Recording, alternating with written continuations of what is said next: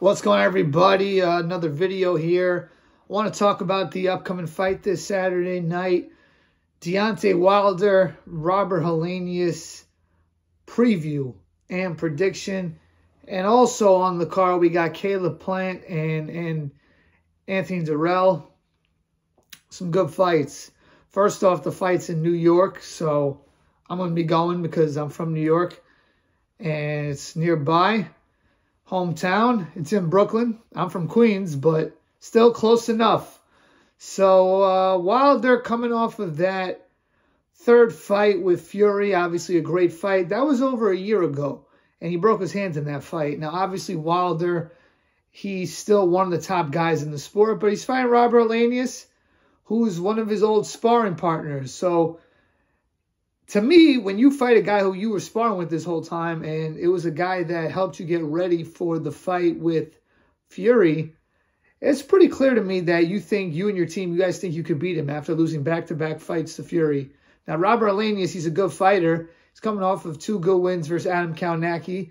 And I'll just say this. Helenius, he's definitely shown that he could go into someone else's house and win. Because I was there back in 2020 when he upset Adam Kownacki in the Barclays Center, the very same arena that this fight's going to be in. And I'm not kidding, the whole entire place was rooting for Adam Kownacki, and those Polish fans were going crazy. They are so enthusiastic about boxing.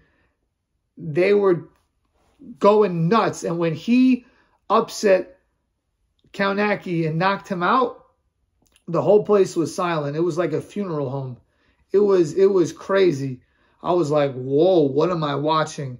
So Helenius definitely shows that he has the heart and the mental fortitude. Now it comes down to the actual fight. Robert Helenius, he doesn't really move his feet a lot. I think that's problematic versus Wilder, and I think that's why Wilder and his team think that this is a good fight to take coming off of the 2 Fury losses.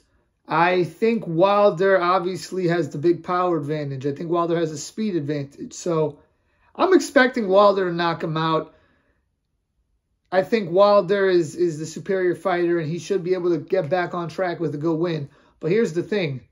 Wilder took 2 big beatings in these last 2 fights. And it wasn't just like he lost quickly and that was it. He took a lot of punishment in that second fight with Fury.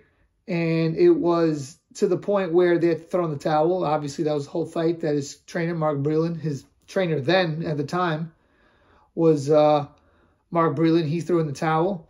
And then the third fight, he took a lot of punishment in that fight versus Fury. So really the question is, what does Deontay Wilder have left? Does Deontay Wilder have a lot left? Is Deontay Wilder shot? I don't know if he's a shot fighter. I'm going to guess he has enough left to beat Robert Helenius. I think power is the last thing to go, as they famously say in boxing. And I think that Deontay Wilder will knock out Robert Helenius in round 7.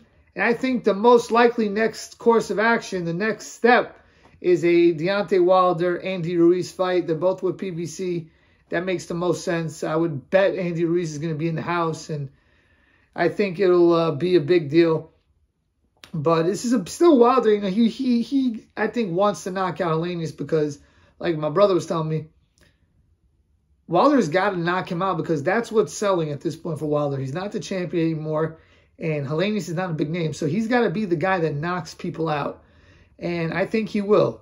So it should be a good fight. It's on pay-per-view. Wilder's got to make a statement like, I'm back, and I think he's going to do it. But then you got on the undercard another guy who had recently in his last fight, which was also about a year ago, a little bit less than a year ago, been knocked out, Caleb Plant. He got stopped by Canelo. He's fighting Anthony Dirrell. Now, for me, I'm not a big Caleb Plant guy. I don't really think he's that great. I think he's a good contender type who was in the right place at the right time. I think he's fortunate that he held a title at the point in time where Canelo was interested in becoming undisputed at 168.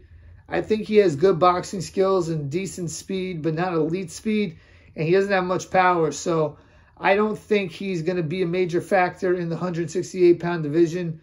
You know, in terms of like the, Canelo, Charlo, Benavidez, those 3 I think are the big 3. And I would even throw Andrade in there if he's moving up ahead of, what's his name? Caleb Plant. So he's fighting another guy, Anthony Dirrell. He's kind of at the end of his career. Also more like a slick boxer type. So I'm thinking that Plant probably wins on points. I think Dirrell, he's looking for that one big paycheck. You know, it's kind of, you know, end his career, that kind of thing. But they do seem to have some genuine animosity and some bad blood. So that's what's interesting about this fight. I would suspect that Caleb Plant wins a unanimous decision. Let me know what you guys think. Please like, share, comment, and subscribe. Peace.